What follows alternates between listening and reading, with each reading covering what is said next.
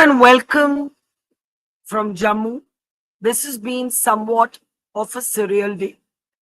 If I had to map the journey in my now overused croaky voice from just overusing it in the last tense few days, from how it started at 5 a.m. today to how it ended at 5 p.m. today, I would scarcely believe it myself. We started this morning with a sense of there being an all out war situation between India and Pakistan. I myself ran out of the hotel room that I was trying to sleep for a couple of hours in to the sound of explosions. I ran out to discover that Pakistan had targeted residential colonies and a temple. I mean, it was actually pretty shocking to see that. And of course, I was filled with rage, like so many other Indians. And by the end of the day, we had a ceasefire. 30 minutes ago, I was in a border village where a man showed me a giant mortar shell that had fallen in his house from Pakistan. And round about the same time, we had the Foreign Secretary Vikram Misri making the announcement that Pakistan had dialed India, the DGMOs had spoken, and a ceasefire had been agreed to. Donald Trump took credit for the moment. In fact, his comment came just a couple of minutes before Vikram Misri made the announcement. So there's a lot to talk about, a lot to understand, a lot of questions that remain. I'm Barkadat, you're with the Mojo story, and this is how my day began. As I said, we woke up to the sound of explosions. We woke up to the pictures, horrific pictures of a residential colony in Jammu, where a woman through tears showed me, that's the woman, she showed me a house that had been attacked by Pakistani drones as they were brought down by the Indian air defense system trying to intercept them. She also showed me through tears her house. The roof of a house had been blasted away, but in a corner of a house, the Indian, our flag, Hamara Jhanda, the Tiranga, was still standing strong. And that was the only moment that brought a smile to her face. We then moved to the Shambhu temple, the Shambhu Mandir. If we can show you the pictures of that, there it is. We're just about 10 steps from the main gate of the Mandir. There was evidence that Pakistan had targeted this temple. At the official briefing, Foreign Secretary Vikram Misri called this out and he said Pakistan has been deliberately targeting places of worship. They've targeted a Gurdwara, they've targeted a Christian school, and now they're targeting a temple in the heart of Jammu. So we brought you those images and that report. Then I drove to a border village, right? Literally, I mean, I was right at the Pakistan border. And there, if I can show you these images, I encountered, as I said, a mortar shell. A mortar shell that a villager showed me had just come in from the Pakistani side. Could we please show the shell? And in fact, he said to me that the shell had come in into his village at 5 in the morning. At 5 in the morning, the shell had come in, and by 5 p.m., there was a ceasefire. I'm still waiting for those pictures. I think they're being stacked up. That's the shell. It had fallen into the angan of somebody's house. And if we can have a close up, you'll soon see the close up. When I went into this village, the villager was sitting with a little balti, like a chilamchi cover, over the shell. And I want to show you the close up, so I'm sure we'll have it come up soon. But yeah, shells in the border village at 5 a.m. and a ceasefire by 5 p.m. Let me introduce our guests as we try and make sense of what happened, what led to this moment, and where we go from here. Let me introduce my guests. If I can first welcome Major General Kumar to the program. Welcome to the program. Kushal Mehra is with us. Welcome, Kushal. Padma Rao is with us. Welcome, Padma. Ambassador Yash Sinha is with us. Welcome, Padma and Ambassador Yash Sinha. And also, I want to welcome General Sharma to the program, General B.K. Sharma. Welcome, everybody, to the program. Let me play out for you what Vikram Misri had to say when he made the announcement of the ceasefire. Pakistan called the Director General of Military Operations of India at 15:35 hours earlier this afternoon.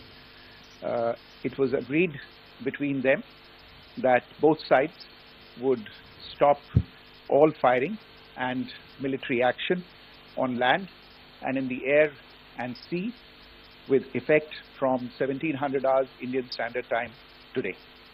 Instructions have been given on both sides to give effect to this understanding. The Directors General of Military Operations will talk again on the 12th of May at 1200 hours. Thank you.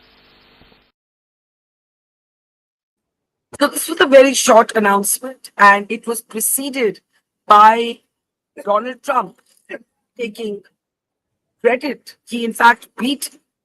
He in fact, he preceded the Indian announcement. Let me get comments. There it is. We'll start with Ambassador Yash Sinha. Ambassador Sinha, I guess this is the nature of what goes on behind the scenes, being more important than what is said on camera. Could you help us please understand? I literally, I've lost my voice being on the road. I literally started this day in a residential colony that was attacked by armed drones of Pakistan, then to a temple complex that was attacked, then to a village where a villager showed me a close up of a shell. I'm still waiting for my producers to show us that photograph because I really, really want to show it, and I'm sure it's coming up right now. How do you understand this? That's the shell. It landed at 5 a.m. this morning. It's in a border village. By 5 p.m., we had a ceasefire. Did you expect this? Absolutely not, Barka. In fact, congratulations. I was on your initial shows when you in JNK, when you just landed there, I think your first or second show. I forget, that was before the action of the kinetic action of the 7th. But I think I was on a channel and not in front of a screen. And I was speaking and I was interrupted by the anchor and said, breaking news, you know how it works. And then I was sort of taken aback when I heard this the development. And first of all, it was Trump's tweet. And then after that, of course, there was a detail in Foreign Secretary Misri's briefing. So it a certain sense of deja vu when Kargil happened and when on the 4th of July 1999, I was in New York, but not connected with this at all, with the Indian mission to the UN and what was happening in Blair House and Washington and the White House, we all know. So I think the fact that the Americans would initial statements say they have to sort it out among themselves, yet, and even Trump showed disinterest, but now he's trying to claim credit. I think what our armed forces were able to achieve in the last 2 or 3 days, despite the sort of propaganda that went on in the West about the initial raid and its aftermath, I think what we were able to do, and I was today pleasantly surprised. I woke up in the morning and saw Chaklala. There was a huge fireball at Chaklala, where I've landed quite a few times in the last many years. But anyway, so I think it was a huge setback if PAF Chaklala, the Noor Khan base, was attacked. That was a huge success. Incidentally, Air Marshal Noor Khan was my landlord when I was posted in Islamabad. But that's just an aside. I think the fact that the Indian Armed Forces gave such a befitting response and had basically shattered the morale of their Pakistani counterparts, the fact that they weren't able to hit any meaningful target in India must have been hugely frustrating and hugely demoralizing.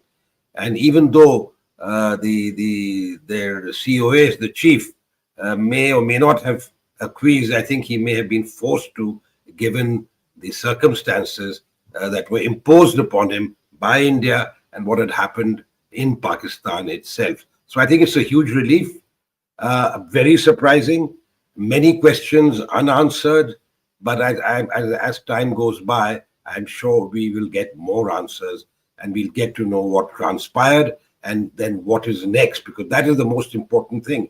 Where do we go from here? I have a question. Uh, and and that is, can we trust Pakistan to respect the ceasefire? In fact, I was distracted for a moment because somebody was asking me, "You were at the border. Did you hear any shelling? We need to check if the ceasefire is being respected." And I just returned from the border, and as I was showing you, I saw shells, but to be accurate, those shells had come in at 5 a.m. this morning. Until I was there till about 6 p.m. There had been no fresh shelling. But I'm being asked questions about whether I'm hearing anything more. And Ambassador, my question is therefore, having gone through this in Kargil and a million other misadventures at the behest of Pakistan, can we trust the ceasefire? Maybe in Pakistan's interpretation, the line of control being hot, the international border being hot is somehow not covered by the ceasefire. Maybe they think that's Well, root. but as long as they respect the line of control, because they claim to have walked out of the shower, at least held in abeyance their adherence to the Simla Agreement. But be that as it may, my short answer is absolutely not. You cannot trust Pakistan for anything. Even when they give it in writing, when agreements are signed, they blatantly violate it. Now, obviously, they may not do it tonight, they may not do it just now, but at some point of time, it may happen. Of course, if it is sealed as part of a larger deal, like the ceasefire that held for so many years, it suited them because they were preoccupied in the West. But I wouldn't trust them at all. We need to trust but verify. I mean, you need to constantly keep a vigil on what they are doing, and I think we should never let down our guard. And I think now the doctrine that the Prime Minister has enunciated about an act in terror, terror will be an act of war, will certainly put them on their toes. And I do hope that they realize that they can't get away with such acts of horrendous terrorism targeted against innocents. I'd be very interested to see if tonight is absolutely silent. And when we measure the silence, are we measuring the silence only using the benchmark of drone attacks, missile attacks? Because remember, India intercepted a Pakistani missile in Haryana, in Sirsa, not far from the national capital. We saw kamikaze drones over Amritsar. We saw Pakistanis target civilians and a temple here in Jammu. And I've just returned from the border areas where the shell that you see came in today's shelling. So I am quite keen to track um, whether this ceasefire is genuinely respected. Before I come to our military voices, uh, I'm so sorry. I'm not. I'm getting some updates. I don't actually understand them. I'm trying to track whether the ceasefire is holding or not holding, and let's wait to get some clarity on that. Let's get reactions. General Sharma, General Kumar. General Sharma, I'll start with you. What do you make of what's happened? See, I think it is little intriguing for me to understand why did we let Pakistan off the hook at a juncture when we were on the winning side and there was a total political, military, diplomatic kind of an ascendancy, and as also the whole nation was united in their resolve to call Pakistan's bluff. And at this juncture, suddenly, to call of ceasefire, it is little intriguing, but I do not want to punch any hole in any sort of rationale in this ceasefire. The question that arises is that of course there is a lot of back channel diplomacy which would have been going on for quite few days. It is not merely just a DGMO calling another DGMO and suddenly there is a ceasefire, right? So there is a lot of back channel diplomacy that is going on, and that we can make out from the statements of Vance, we can make out statements of Rubio and the tweet which President Trump himself has made. The question that you raise is that you see the kind of pain and punishment that or the problems that our border area population has faced. I myself belong to Jammu and I know The temple that you mentioned is very close to my own house. Now, so the question is that what next? Can Pakistan firstly be trusted with ceasefire? If you go by the past record, as and when it suits them, they hold on to the ceasefire. When they want to violate, they do it, right? So I don't think I can put any trust factor into that. Are there any mechanisms in place that will hold Pakistan accountable for this? I have my question mark on that itself. The third issue is the whole tone and tenor in which this whole statement, which has come from US, is it's again showing a sign of equivalence. Look at the statement which President Trump has made. I respect both leaders for their intellect and for their wisdom. You look at the statement which Vance has made. You know, he said both leaders have shown great sagacity, wisdom, and statesmanship and whatnot. No, this is not what we want to hear. What is about that attributability to Pakistan about perpetuating terrorism in J&K? What are the guarantees that we have got from them that it will not happen again? I'm 100% certain when it comes to a sort of a narrative building, Pakistanis are going to feed their own population to a large extent, it being a moment of victory for them. And Indian will also be putting up a similar kind of narrative to its own people. So at the end of the day, I think we were quite in a position to actually give a very decisive turn and bring Pakistan to its knees. Now, what has gone behind the curtain, I'm not able to sort of contemplate and I wouldn't like to conjecture, but I think it raises more questions than we have answers at this moment. I want Ambassador Yash Sinha to respond to that. Sorry, I'm using Ambassador Yash a little bit more because he has to leave a little earlier than others. So just one quick comment from you, then Kushal, Padma, and General Kumar. Yeah. Barkha, I was at a discussion where a very senior general expressed similar sort of doubts, and so I perfectly understand because Pakistan can never be trusted. But my only thought, I mean, the first thought that came to my mind when I heard about this ceasefire was that at least the innocent people, the common people in the border areas, etc., there would be huge relief to them. So I have a domestic who comes from Noshera, and his family was in bunkers. Poor man was constantly on the telephone. Heaved a huge sigh of relief. So from that point of view, if the ceasefire holds, it's good. But then how do we proceed from here? I think it's very important to calibrate. We cannot, the measures that we've implemented, like keeping in abeyance the Indus Water Treaty, must stay. If Pakistan has agreed to renegotiate or review the treaty, that's welcome. Then we can do that. But it cannot be business as usual. We can't go back to talking to each other. In my time, you had the comprehensive dialogue and whatnot. I don't think we can even think of that. Even trade, I would think, but the trade, if you recall, was shut by them because after the abrogation of Article 370. So I think we have to be very clear that whatever steps that we take, it will have to be based on credible action by Pakistan. We cannot let them get away with this because the whole point of this exercise was trying to hold Pakistan's feet to the fire. So I think we have to be very careful on how we proceed. I'm sure the government will think about a strategy or already has a strategy in place on how to engage Pakistan, if at all. And I think the first thing would be to see if the ceasefire holds. Yeah, and also how we define that, because you see, it isn't only the ratcheted up drone attacks and missile attempts. It should also be, in my opinion, taking back. There can be no artillery firing at the line of control and the border. They can't, we can't have that ongoing. And then say that there's a ceasefire. So we have to track this. Kushal, Padma, General Kumar, in that order. Kushal, let's go.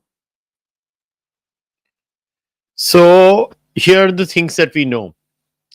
Before we started this fight with Pakistan, right? The Indus Water Treaty was a reality. It existed. We put it in abeyance.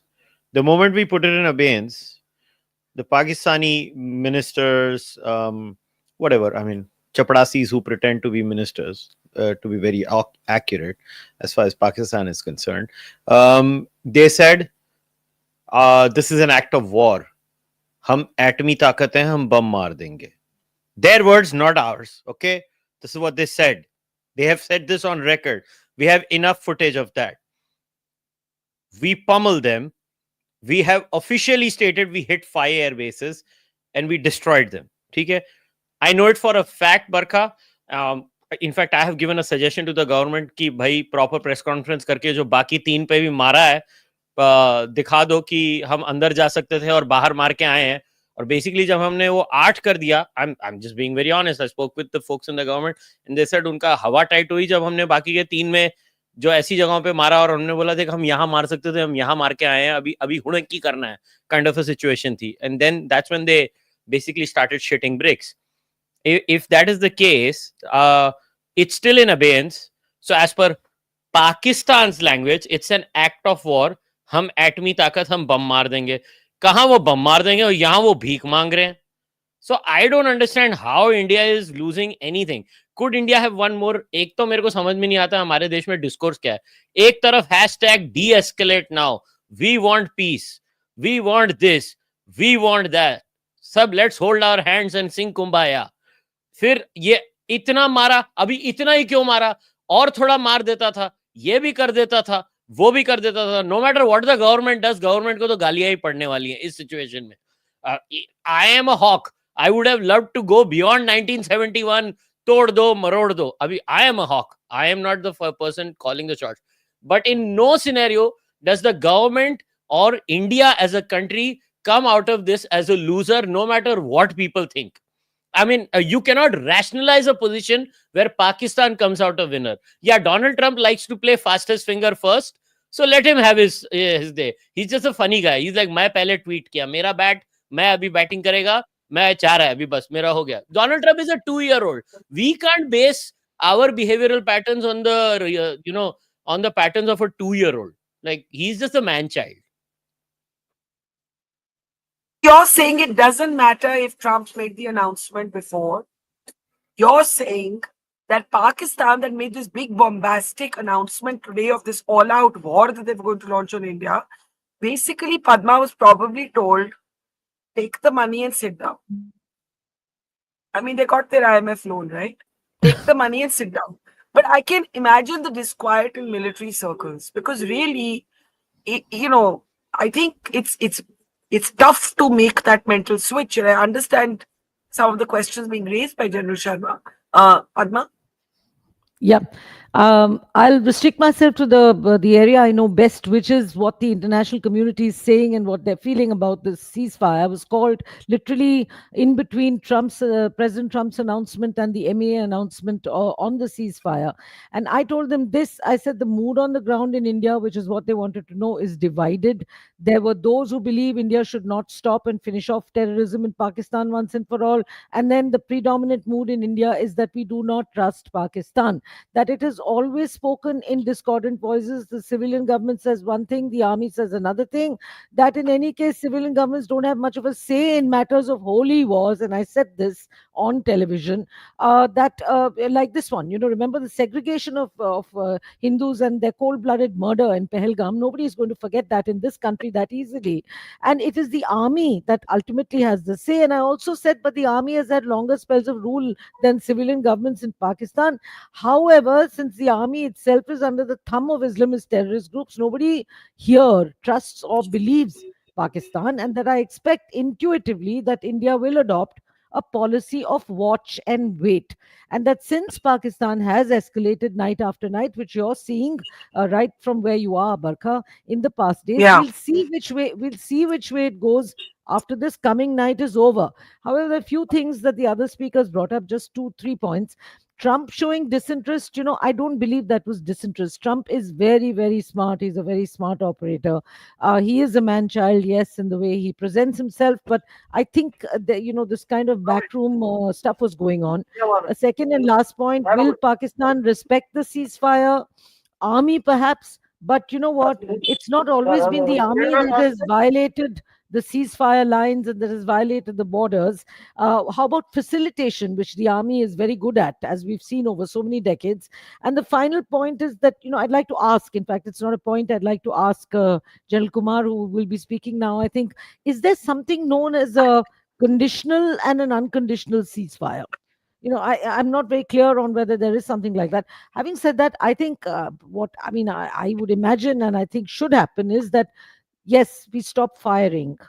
That's okay. But I don't think anybody's going to move away from a position of high alert. And they shouldn't either. We shouldn't either. Barka? Right. Yeah, thanks for that, General Kumar. I want to bring you and General Sharma in, and then Ambassador Sinha before he steps off. Earlier this morning, and for me, this has been especially surreal because, like I told you, like I ran out of my hotel to the sound of explosions. And here in Jammu, the anger and the anguish among people was palpable. The colonies that had been targeted after the temple had been targeted. And the army released this video, General Kumar, to the tune of Kadam Kadam Badhaye Ja. And one really felt that we were at a place of the beginning of all out war. We had high speed missiles intercepted in Sirsa, Haryana. We had kamikaze drones over Amritsar. We had the BSF and the army. The tweet with this video said, "We have pounded terrorist bases and reduced them to cinders." And then in the evening, we had a ceasefire. How do you see it? Barkha, I would like to make three very important points. Because what I have heard from the other speakers, there is a lot of subjectivity without correlating with the facts and the Indian stance, which was very very transparent right from the word go when Pahalgam event happened. Uh, at no stage either the prime minister or anybody had said that we are going to attack Pakistan to capture Pakistan or capture area XYZ, or we are going to full blown war. What we had clearly stated that we are going to hit the terrorists, their infrastructure, and those who are involved in supporting that. So that is one thing. And in that one thing, what is important to understand and how this 4 days conflict has got orchestrated. There was a time when there used to be a thought that one may lose a battle, but one must win the war. From that era we graduated that we have no control as to what day the war is going to come to an end. So if you lose a battle, you may be finally a loser despite having the capability to win, and therefore you have to be a winner at the end of every operational cycle. And in a conflict like this, if you see, India has been on the winning note on every day on a daily basis. We did strike on 7th. We told clearly that we don't have any intention to escalate. It is up to Pakistan. And now we were on the winning edge on that day, having done this kind of destruction in Pakistan and their terrorists and terrorist camps. Thereafter, they came up with 500 drones. We retaliated much more stronger, not only to destroy those incoming drones and other missiles, but otherwise taking it to their area again. Again, we were on the winning note, and we said that we don't have any intention to escalate, which was our consistent stance, and it was publicly told by the foreign secretary time and again, without any ambiguity. And then the third day also same thing was repeated. So now it was on Pakistan to take a decision.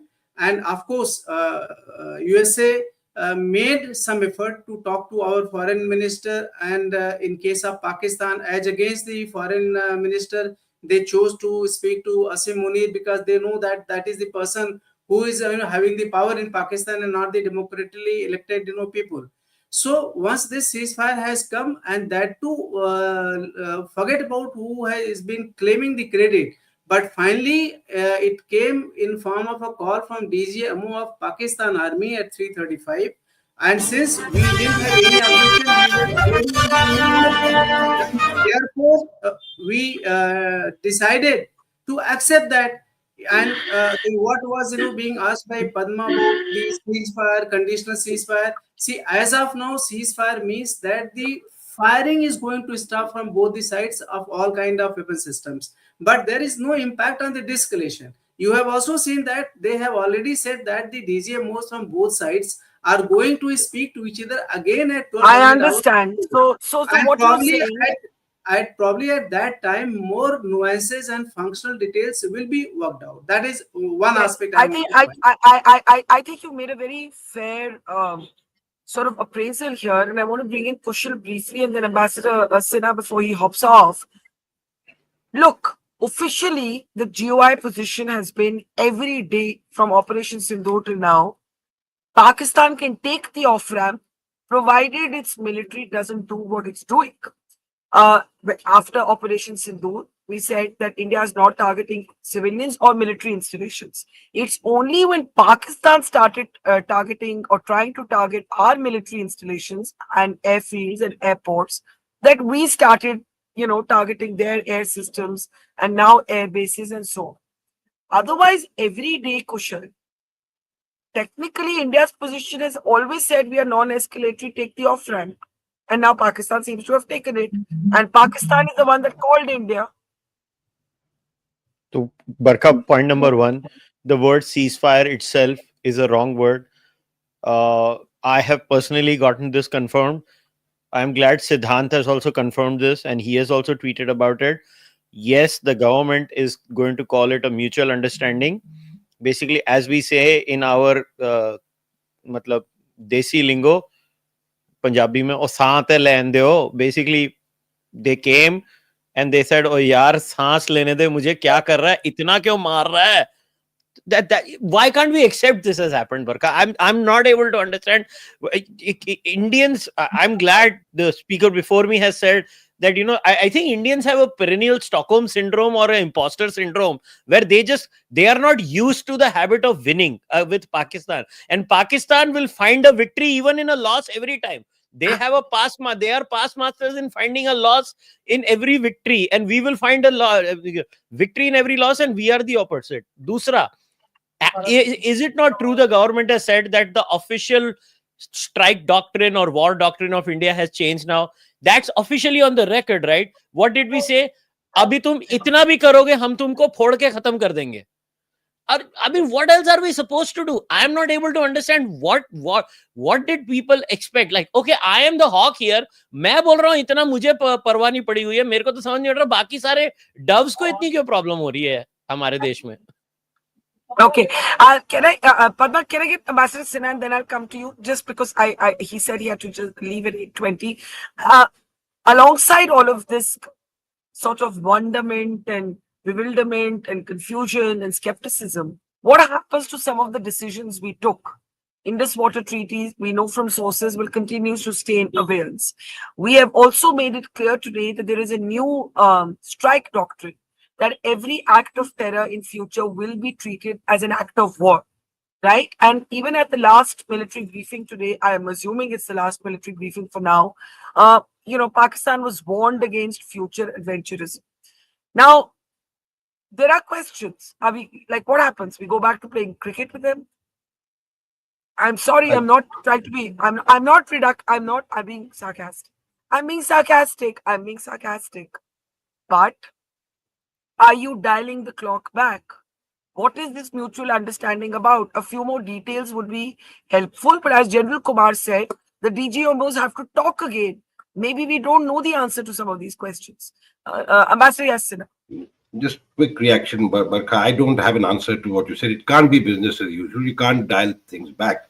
Of course, it will depend on how it talks, at whatever level, how they proceed. But two things, if I may.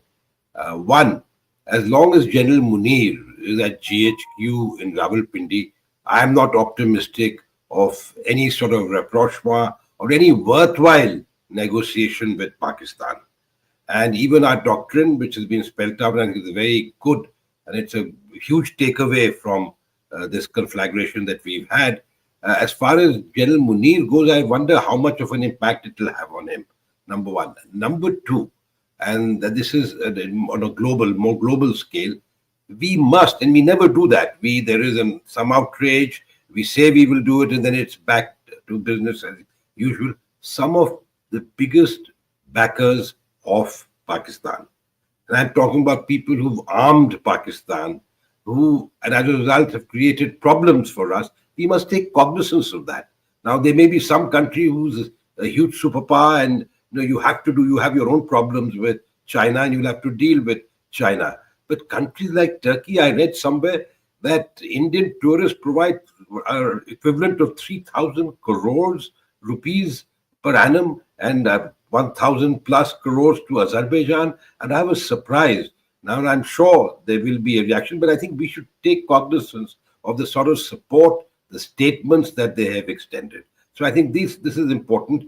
Keep an eye on what happens to Munir because there were all sorts of rumors. As long as Munir is there, I don't think we can do business with him. And two, don't forget, well, you will forgive at some point, but don't forget people, the countries who have come out openly against you in this crisis. Well, thank you very much for having me. I apologize. I have to leave for an important dinner engagement. Bye-bye. I was Good going night. to say, just before you go, I was going to say, see you soon. But then I don't know if I should hope to see you soon in these circumstances or some other circumstances. I And so think it will that be a will, more like an alumni function, hopefully. But thank you. Thank you so same much, and good college. night, everyone. Bye. Good night. Uh, Good night. Good uh, night. Bye-bye. bye, sir. All right. Once again, we are trying to check if the ceasefire is holding at the line of control and the border.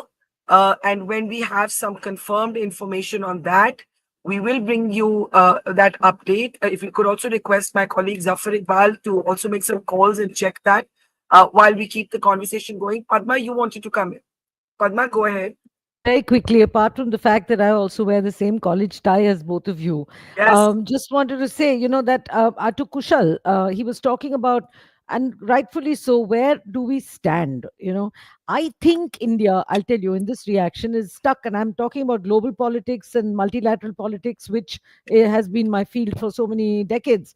I think India is stuck between being a world power of the kind of, of that Western nations are pussyfooting around, peaceniking, and and between that and being a very gung ho power like Israel, which just says, I really don't give a flying kite what people think, and we're going to go ahead with what we have to do is what we have to do. I think that is where we're stuck. We're not really, on the one hand, we have this huge opportunity, and we are, this emerging superpower in not just by way of our economy, but many other ways. So I think we're trying to tread the fine line between what the West sees as worldly statesmanship and what we really need to do, which is more like Israel, which is more very gung ho, and we have this terrorism right at our door. To Yash, who's unfortunately left, he was talking about General Munir, focusing on General Munir. I think, you know what, Barkha, you and I have interviewed General Musharraf, and we've seen that era also. Now, General Musharraf was extremely medial friendly. He knew what to say. He always said the right things. At the same time, you saw what happened in Kargil, where both you and I were. It was a backstab. It was a backstab while there were other things happening. So I don't, I don't think anything is going to change. Be it General Munir, be it General Musharraf, as far as the nexus between the Pakistan Army and the fundamentalists are concerned. I don't think anything is going to change. So, these are basically the 2 points that I wanted to make. All right, I want to bring in General Sharma because he expressed a lot of disquiet or disappointment or skepticism. Maybe the correct word is skepticism. And once again, I'm not able to verify this right now. So I don't want to say it categorically, but we are being asked by sources to examine our network here on the ground in Jammu and Kashmir to take a close look at what's happening at the line of control and the international border, and to see if there are reports coming in of any firing there. And as soon as we have an answer to that question, I don't want to put out anything unverified. We'll try and update you. General Sharma, go ahead. You heard General Kumar's argument ki bhai, this is India's position. We are non-escalatory. If Pakistan takes the off ramp, we are ready. हमने जो करना था हमने कर लिया Operation Sindoor में. Pakistan is the one who called us. Why do you still feel this is not a winning moment for us? No, I never said it's not a winning moment. If you look at my opening statement, I said we were on the winning side. We had all sorts of ascendancies over Pakistan. Why have we let them off the hook? If you see, that was my opening sentence. I'm not a warmonger here, but look at the past behavior of Pakistan right from the partition days till this round of clock. Have we moderated Pakistan's behavior? what Ambassador Sinha has said and what the speaker before me said, that as long as Munir or anybody else is there, their mindset is not going to change, right? So then, if we think that this 3 days of punishment which we have, rendered to them, is it going to change Pakistan's behavior, particularly under the circumstances under which this ceasefire has been declared? I think it's a wishful thinking that their behavior is going to change. Now, question is, it's a government decision which we must respect as responsible citizens. But how do we deal with the dynamics hereafter? It's extremely crucial. If we just take a very naive view of the whole thing and accept it, then I think we are in a trouble for future.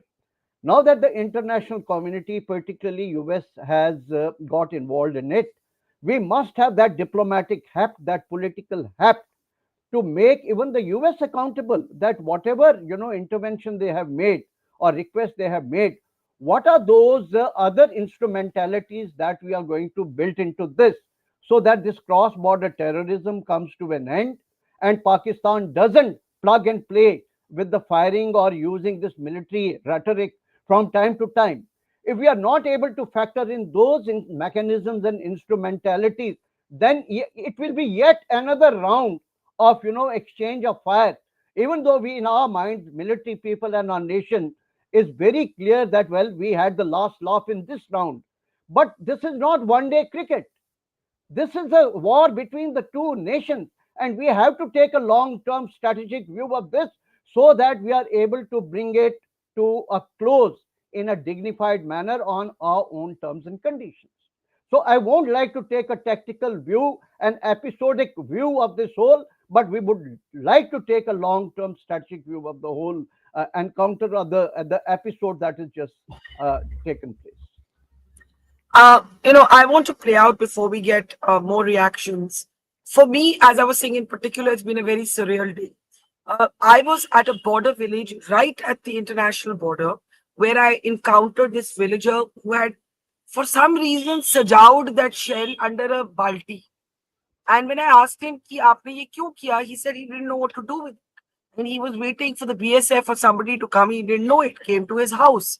And honestly, this was just, I would say, 5 minutes before the announcement, whether we want to call it a ceasefire, a mutual agreement, cessation of hostilities for some time, whatever you want to call it, came. I'm just going to play out a little clip of my encounter with this gentleman, in whose home a shell from Pakistan landed this morning. Take a look.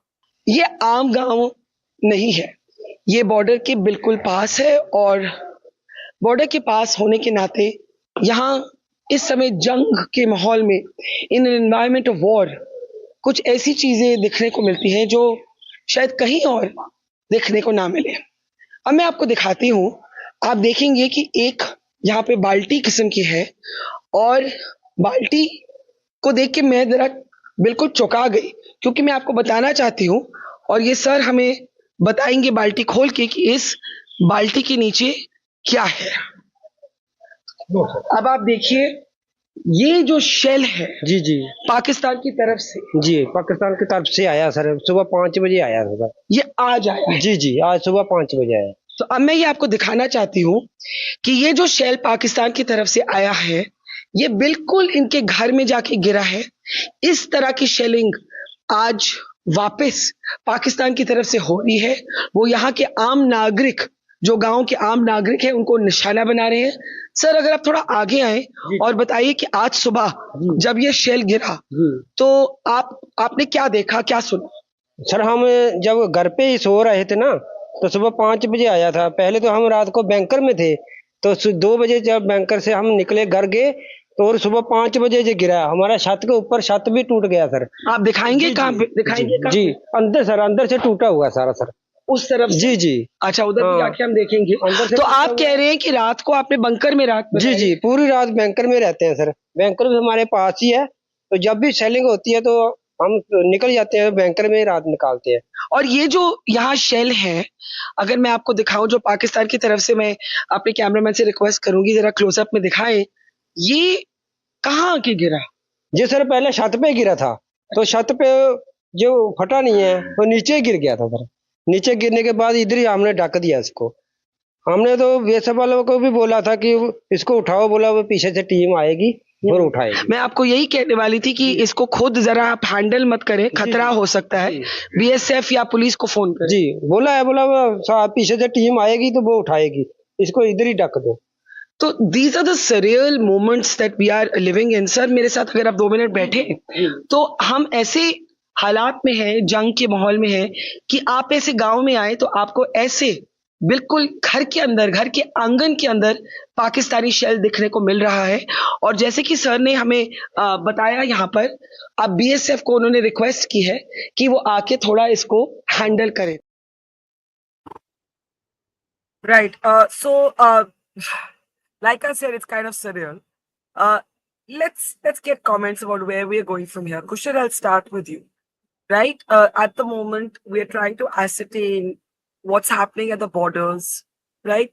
The villager I met told me कि शाम को शुरू हो जाता है जी. So we have to call him after the show and find out what is actually happening. What are you hearing? What are you picking up? If there is, for example, shelling or firing at the LOC or the border, would it be considered a ceasefire violation? Well, I don't know the definitional parameters as far as warfare is concerned. What do different countries consider things? As far as I'm concerned, I thought the Pakistanis considered the abeyance of the Indus Water Treaty as an act of war. So much for that. There is a hypocrisy in statements of every country as far as these things are concerned. So let's not be the one doing the balki khalu khadna version over here. I would not do that. But having said all of that, I actually agree with the rest of the speakers in one thing. We can't trust Asim Munir or Pakistan. We just can't. We know they're going to do it again. But this time, Barkha, we also know what this government is willing to do. Can we agree that there is a pattern of escalation as far as the government of India is concerned, from Uri to Balakot to now Operation Sindoor? We cannot deny that, right? That is an objective reality. And if the government has set the parameter where every time the level of offense has increased, Pakistan knows now that they do something again, we will escalate even more than we did the last time. If we have a steady escalation pattern. That's what I understand as our strategy. So what I mean, eventually, now the criticism could be, Are, we had them on the knees. Why didn't we just go the whole hog? And that's a fair point of view. I think people who make that criticism have a genuine point of view and a genuine grouse. Maybe I am one of them. I am the one, who's like, maar do, kaat do, khatam kar do. I am, but maybe I'm crazy. So I don't know if I am, I am the realistic one. But the point is that let's see what happens. If everybody is so sure, Barkha, that Pakistan is going to be at its dirty tricks again, we know this government is going to finish them off. But are we denying we hit their air bases now? Are we denying that? No, right? So next time we're going to escalate it even more. So, matlab, if I'm a Pakistani, all I can be is like rubber akha or nanu. So best of luck to them. So are you saying that God forbid, if there's another Pahalgam, Pakistan is God done. forbid, It's done. well, that is clearly the messaging we wanted to convey through Operation Sindoor. But what has happened after that will leave a kind of diverse set of opinions. I want to bring in Barkha, General Kumar. Yeah. just one last line, Kushal. Barkha. I was literally told by 2 separate sources in the government that there were 3 spots where we could have hit their aircrafts or munition centers, and we chose to hit the mess just to send a message कि सोच तेरे साथ हम क्या करेंगे अगली बार. Do you think, General Kumar, Padma, General Sharma, that is the message that has been conveyed? General Kumar, I'll start with General Kumar. How much time you have got, but there are certain important aspects and statistical facts which have been missed out by most of the speakers during this debate today.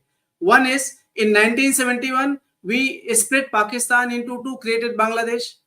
What happened? Did the terrorism stop from their side? It started in much more vengeance in 1980. They attacked in Kargil again. Did this start? They did in Puri, they did in Pulwama, they did again in Pahalgam. Are they going to stop? Probably not. So it is in their character, their very existence has been in the anti-India stance and propagating the narrative of Jammu and Kashmir.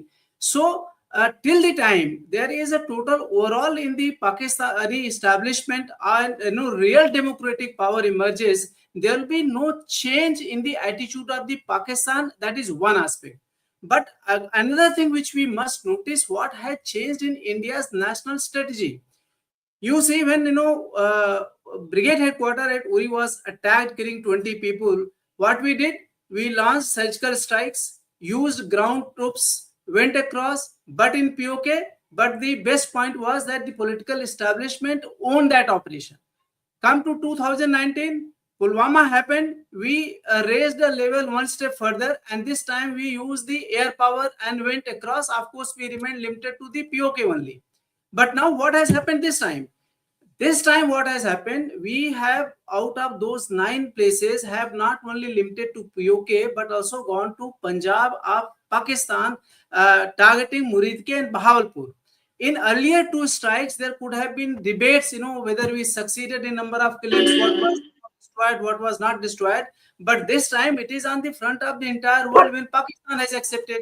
And in the, it is names of the serious terrorists are also there who have all been killed.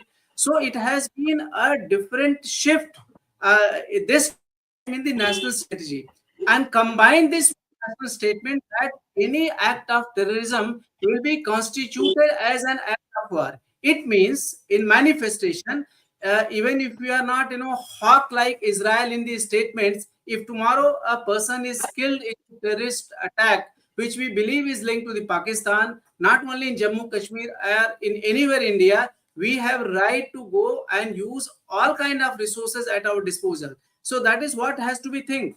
Even in this time, while it may be our aspiration to become the third largest army, become world power and all that, but it doesn't mean that we haven't, demonstrated our capability.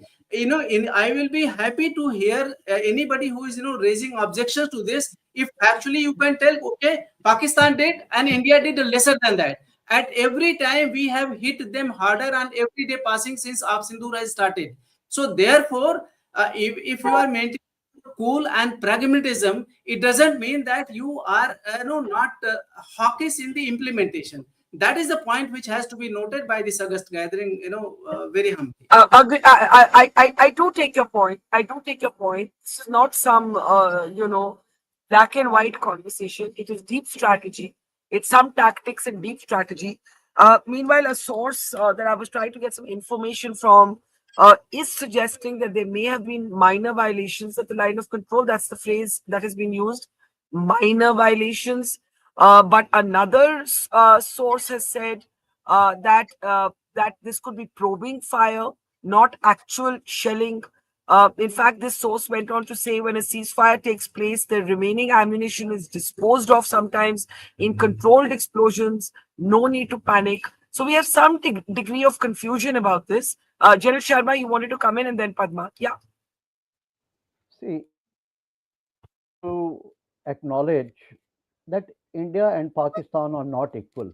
We are today aspiring to be a world power, and Pakistan is plunging into a deep crisis as a failed and a rogue state. So, therefore, there is no question of equivalence.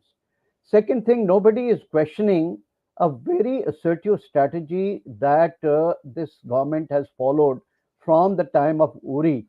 And I'm very certain, and I agree with the other speakers, that if Pakistan again embarks upon another act of adventure, our retribution is going to be much more heavier, right? So, but what is important here to notice is if we look at in tangible terms, the gains and losses that the two side has. Firstly, our 9 strikes were extremely precise. With the precision with which we struck at these terrorist targets and bumped off 12 members of the Hafiz Said family, right, and Muridke, it's a very high professional display of by military forces. Second thing is, despite their best of efforts, a mix of S-400, Akash, and our Barak missile systems, which was so beautifully integrated, we've been able to ward off and repulse all those attacks. Today, Pakistan, as one of the speaker had said, was in a state of helplessness. They were virtually begging for a ceasefire while they were on a high horse. My question was, would we have, or should we have leveraged this in a better way in terms of at least some initial statements which are coming, which are not putting the two countries in the same bracket, and could it would have been worded in a slightly in a better manner. And second thing, which now is the fast forward from here, what are those guarantees or what is that accountability that we are going to fix from here, so that we do not have to go to another round of this kind of a tit for tat kind of a thing, so that the nation can conserve its energy and go on the trajectory of Viksit Bharat. We don't need this kind of a brickbats every now and then.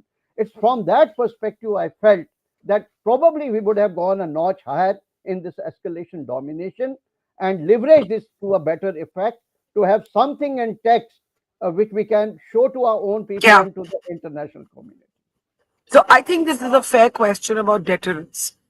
Definitely, every, whether it's Uri and then the surgical strikes, Pulwama and then Balakot, Pahalgam, and then, um, Operation Sindoor, every time there is a different or a greater response. And we came, I would say, very, very close to an all out war situation. I don't think that was an exaggeration, at least a limited war, not a long war necessarily, but a limited war. And I think the question then is, if there is indeed a new strike doctrine, what happens if Pakistan does this again? Because Pakistan has always used asymmetric warfare because it knows in conventional warfare it doesn't stand a chance. Agree Sorry. respectfully. Yeah, so yeah, now go. Yeah. Thank you, Barkha. I respectfully disagree with Major General Kumar. I don't think any of the other speakers I think we all got it. We were just presenting different points of view and different perspectives. You mentioned your breaking news that was coming in with the small skirmishes along the border. That is precisely the point. The small skirmishes along the border, little drops of water, those are what ultimately lead to bigger skirmishes, etc., etc. Number one. Number two, these small skirmishes can well be carried out by the proxies that we have spoken about for so long. Pakistan army may well be, bound by the ceasefire, if it is that at all. But that doesn't stop the Pakistan army from infiltrating its proxies, from making them, do all kinds of other things. That brings you to the, two last points. One point is that now that brings you to the more worrying question: what is Pakistan going to do now? I fear that Pakistan may well, hold its guns on the army may hold its guns, but its other arm of operation has always been terror. And if it cannot penetrate India because India is on high alert, then it will penetrate other places where India is vulnerable, where Indians are vulnerable. There will be terror attacks. There will be all kinds of things going up, perhaps, God forbid, hijackings. There will be all that stuff proliferating around the world. So I think India has to be on global alert and Indians have to be on global alert, because we know what comes out of Pakistan. Finally, to go back to my first point and tie it up with my final point, the whole thing about skirmishes on the border raises the question that, not raise the question, we know in India that not everything that happens across the border is done directly by the army, but it is being done by other people on behalf of the army, proxies. And I think this is a very worrying question. In whose hands? Every now and then the West raises this question, but nobody really bothers to answer it. In whose hands are Pakistani's nuclear weapons? I mean, this is a very serious question. I think the most important thing, and none of this will stop, it will be business as usual for the coming decades, unless somebody somewhere some big power, makes a serious attempt to neutralize and take out Pakistan's nuclear weapons. Who does it? How it is done? I don't know. But unless that becomes a priority, because ever since then, somebody mentioned that the Bangladesh war. I think it was Major General Kumar. Somebody mentioned the 1970 71 Bangladesh war. Before that, 65, 62. I've been around. I was a child in the earlier years. The one difference was that we were not nuclear weapon states. We are nuclear weapon states now, and I think the fact that Pakistan has those nuclear weapons has emboldened Pakistan, the Pakistan army, and all its operatives. And that is why I feel that if we really want to put an end to this, somebody has to neutralize Pakistan's nukes. And of course, we have to neutralize their terror mechanisms and their terror groups as well. Right. We're getting reactions. We haven't been uh, paying much attention to the kind of fake propaganda coming out of Pakistan all these days. But I think it's important for us to, at least as students of this situation, to understand how Pakistan is positioning this. Because how Pakistan positions this can directly impact what happens to Asim Munir. So I actually can't read that. That's too small for me to read. If you could zoom in there. Nawaz Sharif has said Pakistan is a peace loving nation that prioritizes stability, but it's also fully capable of defending itself. But look at the statement from Pakistan Prime Minister Shehbaz Sharif. We thank President Trump for his leadership and proactive role. Pakistan appreciates the US for facilitating this outcome, which we have accepted in the interest of regional peace and stability. We thank J.D. Vance, we thank Marco Rubio. Pakistan believes this marks a new beginning in the resolution of issues that have plagued the region, blah, blah. Now, this is very interesting. Let's take last comments on this positioning. I don't think India is ever going to thank the United States. That's just bullshit. Right? Kushal, you are laughing. Why, bhai? Bataiye. See, all I can say is, for I like my mic too much, so I'm not Shehbaz Sharif. मैं मेरा mic नहीं तोड़ना, नहीं तो कर देता है वो, पता नहीं क्या होता है, उसको माथा चढ़ जाती है. But I just want to say that just like Shehbaz Sharif is all those things, Pakistan is a peace-loving nation. I am the Iron Man. I am Superman. I am everything combined, and I have the power. मैं अकेला उनको हरा दूंगा. I just don't. The thing is, we all hate Pakistan, albeit in differing degrees, is the only truth in India. That's the only thing I would want to say in the end. And finally, at least after all these years, the Aman ki Asha Tamasha at least got a big rude, जिसको बोलते हैं Punjabi चपेड़, as a concept. मतलब वो जो उसको चपेट पड़ी है ना, this is the only lesson we can learn from this. But India, hang on. I have a serious question. We made the fun of Shehbaz Sharif and his delusions. But I feel there's a game here. I feel that our lack of emphasis on America and his emphasis on America, saying thank you, G, is an attempt to do what they always do. Seek to internationalize, nuclear blackmail. Is there a lot of back to the same here? I want final comments on that. I'll start with General Kumar. But natural in such a situation where the truth is that it is a forced action on Pakistan to accept for the ceasefire from the point of national weakness. So he is doing nothing but just finding an exit strategy.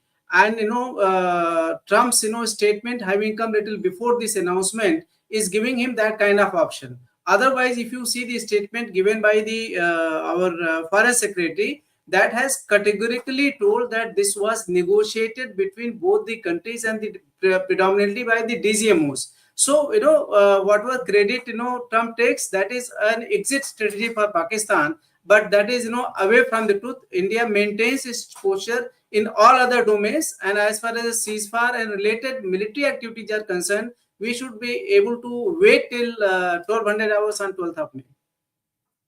All right, Padma, last thoughts. resolution of issues I read in that statement. I thought it was hilarious. I did have a laugh. I mean, the key issue here, there is no issue in Kashmir. Kashmir is India's Jammu and Kashmir. There is no issue. Parts of it are occupied by Pakistan. We're very clear on that.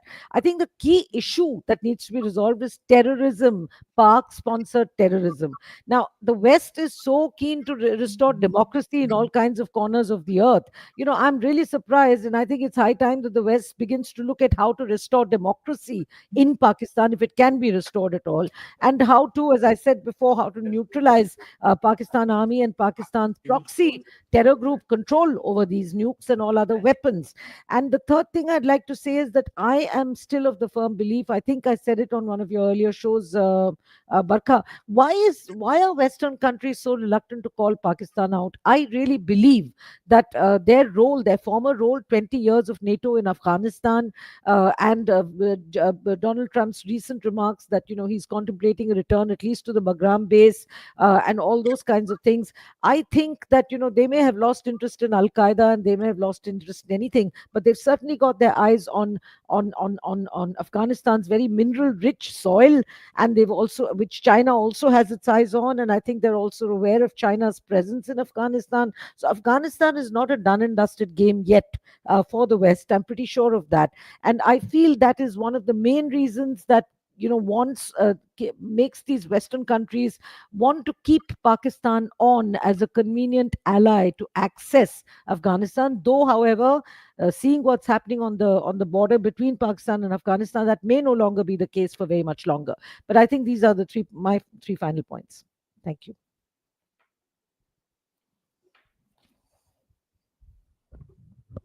I'm so sorry, I muted myself because I was trying to check these reports of drones. There is a fog of war in everything we report. We try and be very responsible, and so some of these are not. I'm not able to independently corroborate this because I'm still anchoring this show. But there are reports of swarm drones in Udhampur. I've just shared the videos with my team, and also my colleague Zafar Iqbal, if we can ask him to join, is reporting hearing explosions in Srinagar. If we could actually get him up. Okay. So it isn't over till it's over. Can we have Zafar to join, please? This is my point. We just don't know what's going on. General Sharma. Kushal, I know you have to go, but wait, because this is important. Don't go anywhere. Look, I am trying to verify this the best I can. What I can tell you is one is a primary source. My own colleague just texted me that he had to duck. This we can take on Shirali to my producer at the end because Zafar himself heard it. He's hearing explosions in Srinagar. Let's take this on and get Zafar Iqbal up. Gerald Sharma, we're trying to understand what these explosions are. This is what the fog of war is. Yeah. Just because one statement, on ceasefire doesn't mean the situation on ground will cease to exist. Yeah. Particularly when there are so many proxies of Pakistan, and the Pakistan always say that it is not attributable to these kind of actions. Pakistan, I would say, is a highly confused state. If you read Parvez Hudbai's statement recently, he just said that India has achieved a masterstroke by calling Pakistan's nuclear bluff this time over. You look at Bilal Bhutto's statement when this treaty was held in abeyance. He said, if not the water, then Indian blood will flow through Indus water river system. Subsequently, they were also doing their nuclear saber rattling. And this morning, their foreign minister, defense minister said, no, we are not invoking the nuclear command authority and things like that. So it is a highly confused state. It's highly a state that is full of contradictions. My point is that two things are very important. We should not let go on Indus Water Treaty. Let it remain held in abeyance for times to come, even if there is a thaw on ground level situation. Second thing, we need to button up our strategic communication narrative. Still, I think there are so many disparate voices which are emanating from here. And I think there is a lot that we need to do so that at least in the perception domain, we are able to establish it very clearly that, well, in India has the last laugh in this round. And from that point of view, the kind of statements which Shahbaz Sharif has made, he's pandering to the US lobby and it's a kind of a psychophancy.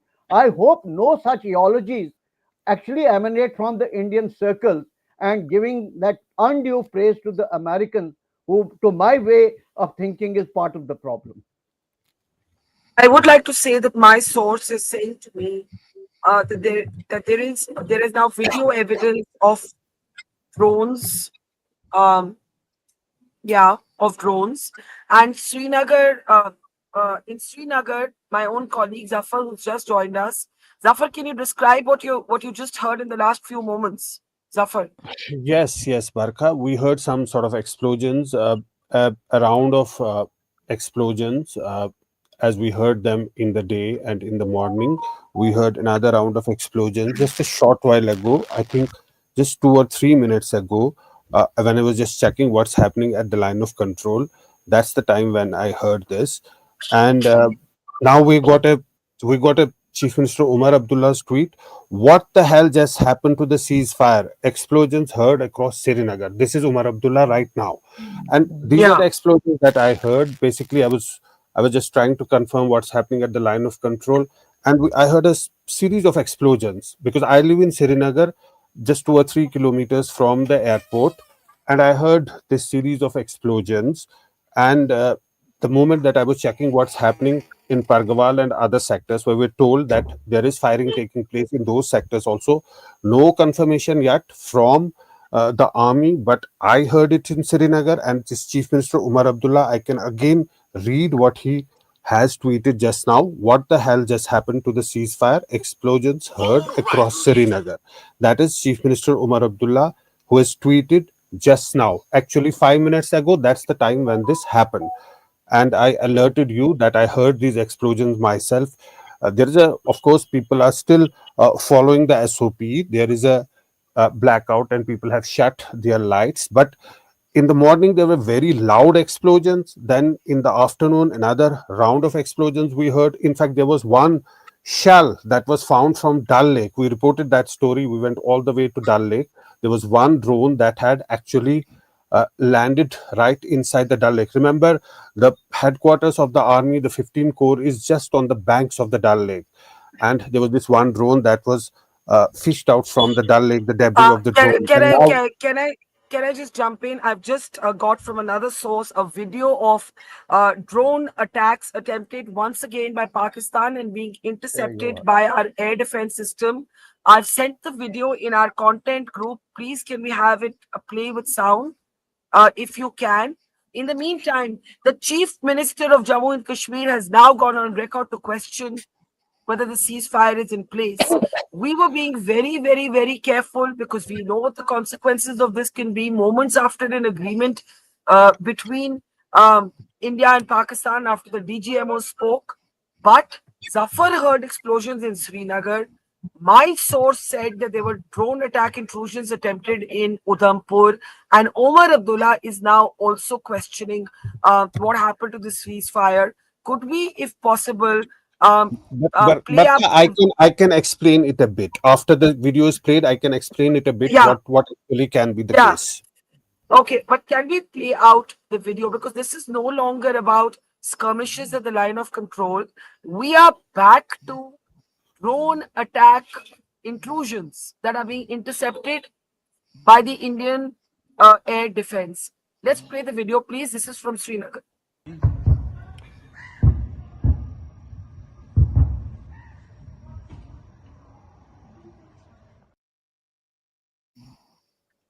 Play it again, please. I know it was very short. Play it again.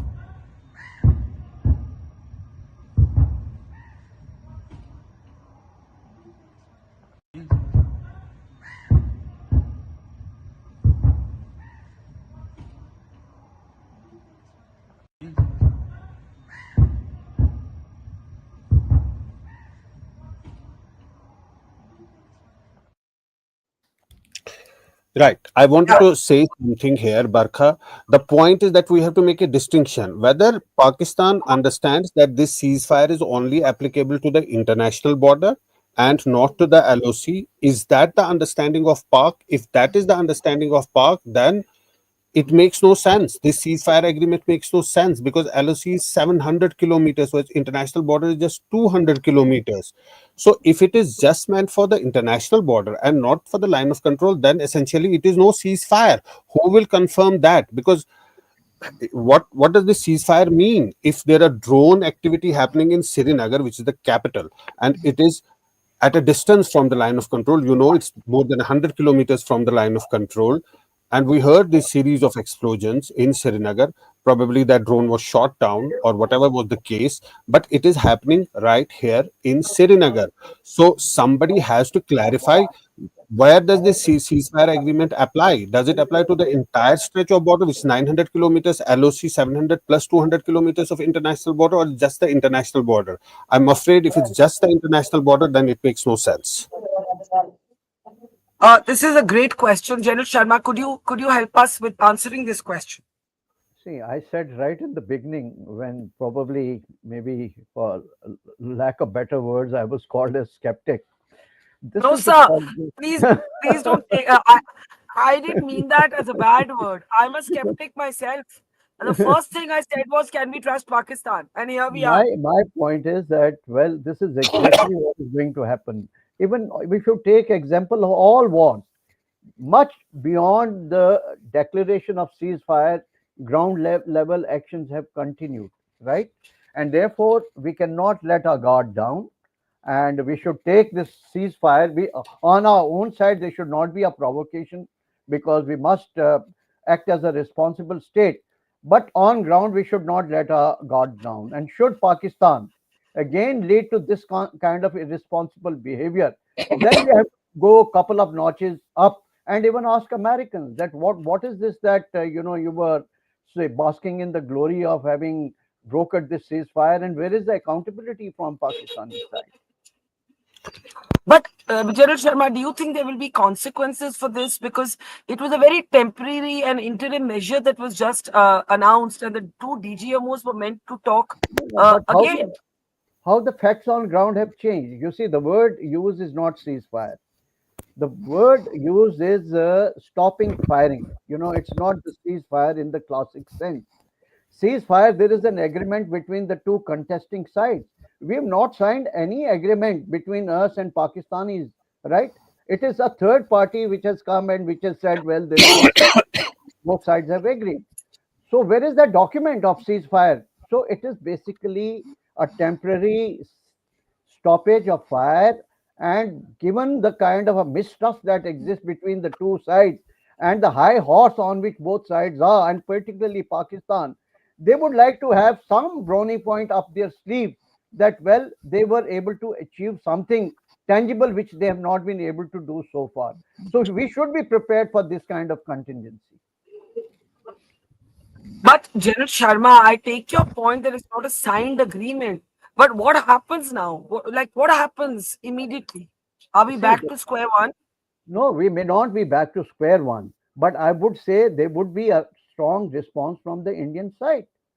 And we're not back to square one till there is some kind of a chastening which takes place as far as Pakistan is concerned. And I'm sure some more pressure will come to Pakistani side, because they have also caused embarrassment to Americans.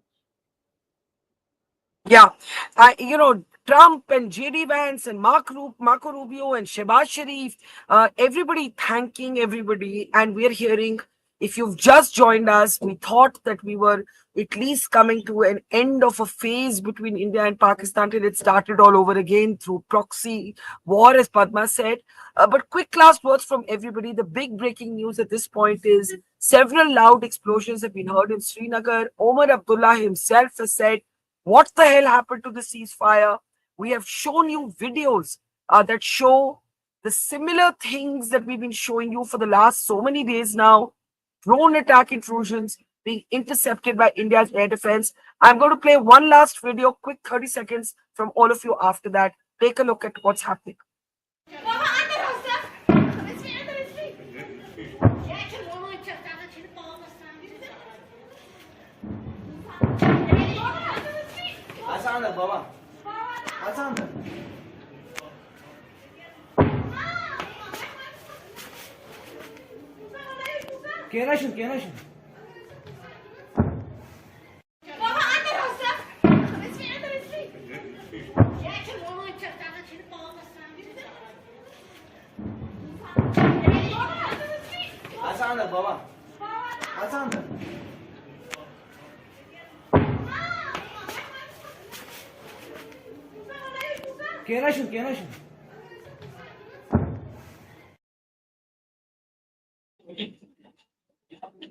Okay, last comments, everybody. I can't make head or tail of what's going on. Padma, let's start with you. Yeah, none of this surprises me. I don't think anybody in this country, nor in the briefing room this afternoon at the MEA, was surprised either. I think the announcement that we will wait and then the DGs will talk again on the 12th. I think that is already sort of overtaken. But there will be no more talking. And I also think that Pakistan has always spoken in two tongues. Pakistan has always played along the border, along two borders, as Zafar rightfully pointed out. It's the international border and the whole kind of dichotomy between these two borders, the whole kind of confusion over these two borders and their status. That is what Pakistan has been playing with.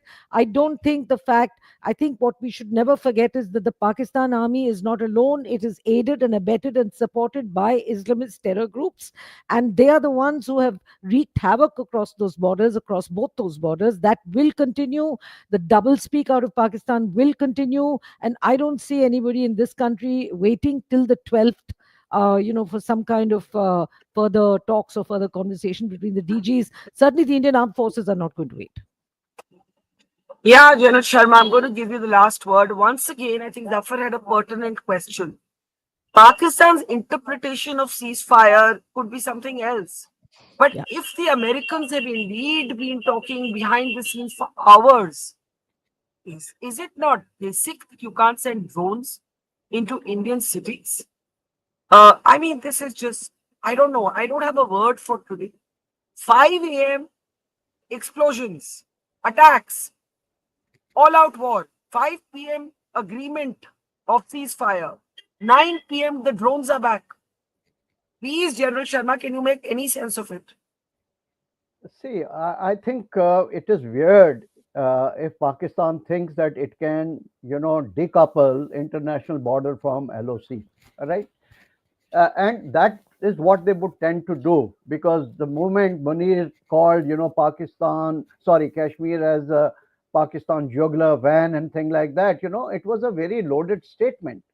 So therefore, I think this bluff has to be called. And I would just give my parting remark in saying that President Roosevelt had said, trust but verify. In case of Pakistan, I will say, do not trust and verify several times before we fall into their trap, and it's business as usual from Pakistani side all over again.